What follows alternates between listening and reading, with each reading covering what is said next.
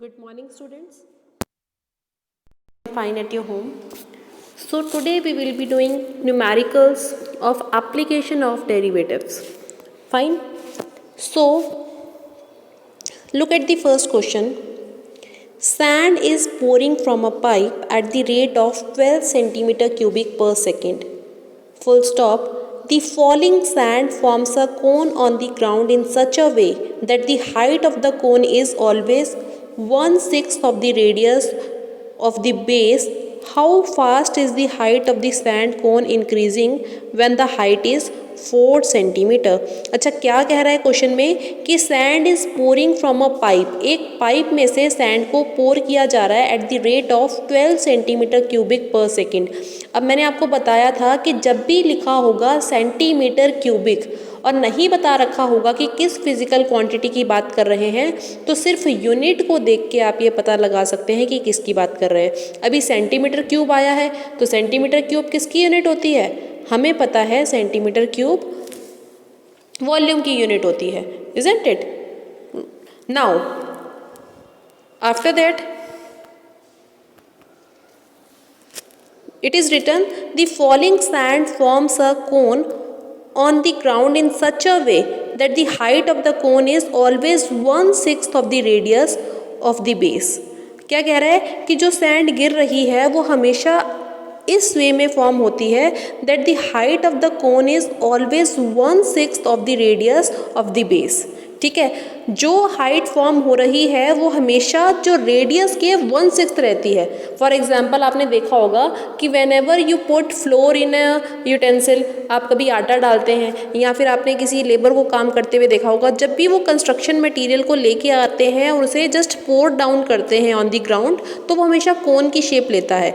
तो क्या कह रहा है कि जो फॉलिंग सैंड है, जो सैंड गिर रही है, दैट फॉर्म्स अ कोन, वो कोन का शेप ले लेता है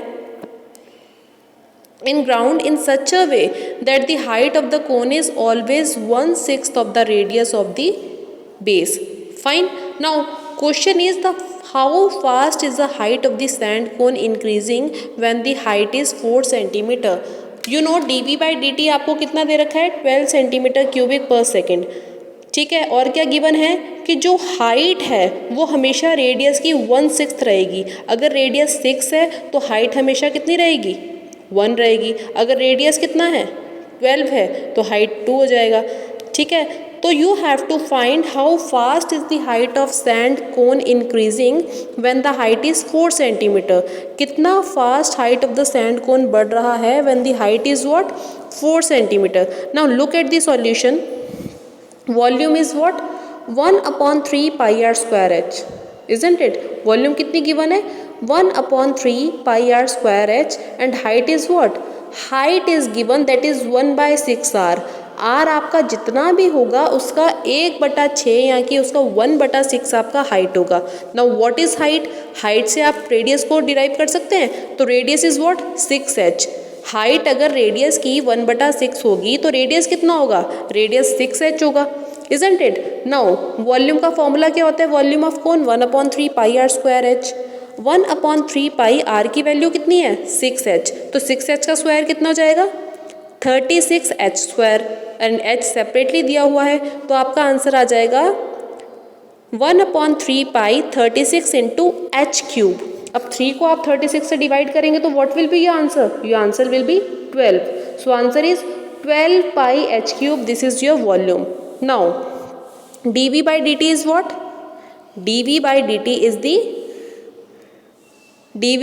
is the rate of change of volume with respect to time। ठीक है, आप वॉल्यूम का डेरिवेशन करेंगे, ठीक है, डेरिवेशन फाइंड करेंगे या फिर आप कहेंगे आपसे डिफरेंशिएशन फाइंड करेंगे उसका। सो 12 पाई एच क्यूब का डिफरेंशिएशन कितना हो जाएगा? 12 पाई तो कांस्टेंट टर्म है, वो आगे आ जाएंगी। एच क्यूब का डिफरेंशिएशन इज व्हाट?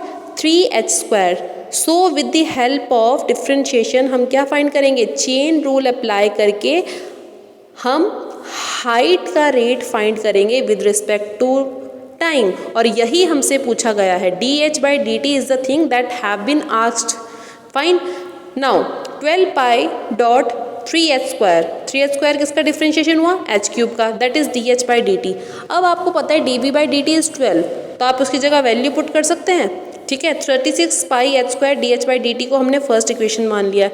अभी ऑन लेफ्ट हैंड साइड और लेफ्ट हैंड साइड से उन्हें कंपेयर कर दीजिए, लेफ्ट हैंड साइड और राइट हैंड साइड को। 12 इज इक्वल्स टू यहाँ d b by d t, ये जो आपको दिखाई दे रहा है इसकी जगह वो you have to put what 12, तो आ जाएगा 12 is equal to 36 pi h square d h by d t. तो d h by d t कितना हो जाएगा 12 upon 36 pi h square, isn't it. इसे आप कैंसिल आउट कर देंगे। एच आपको पता है एच कितना गिवन है 4 गिवन है, सो 12 1 12, 12 3 36, एच स्क्वायर क्या हो जाएगा 16, क्योंकि h is what 4, 16 multiply by 3 is equal to 48 pi. That value you will get by solving. Fine, now so आपने फाइंड कर दिया है। The answer is in front of you. When the height of sand cone is 4 centimetre, its height is increasing at the rate of 1/48 pi centimetre per second. Now look at the next question.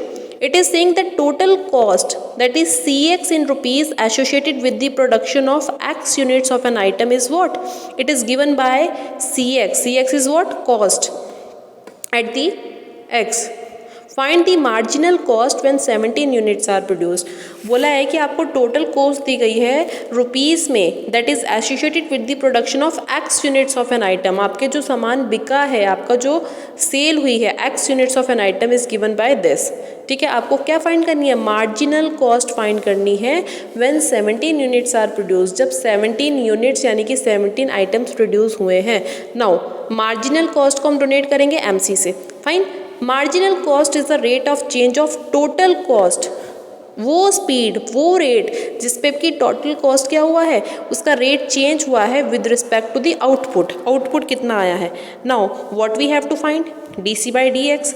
Now total cost कितना given है आपको? You know, look at this, 0.07 X cube minus 0.03 X square plus 15x plus 4000।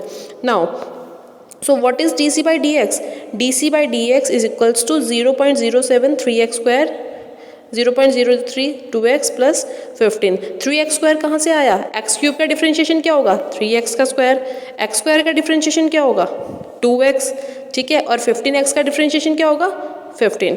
Can you see here, x cube का differentiation हमने क्या किया है? 3x square, और x square का किया है 2x, और 15x का क्या किया है?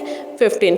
फाइन, नाउ मल्टीप्लाई कर देंगे 0.07 को 3x स्क्वायर से, that will be 0.021 x square minus 0.006x plus 15।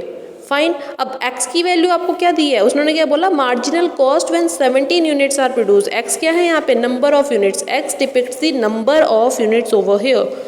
सो आपको 17 पुट कर देना है x की जगह पे, and you have to simplify it, solve कर देना है। After solving it you will get the value 20.967। Fine, so what you will write? When 11 units are produced, the marginal cost is rupees 20.967. So this is your MC, or you can say marginal cost when 17 units are produced. और units को हम किससे represent कर रहे हैं? X से। So students, that's all for today. I hope you all understood. Fine, thank you, have a good day.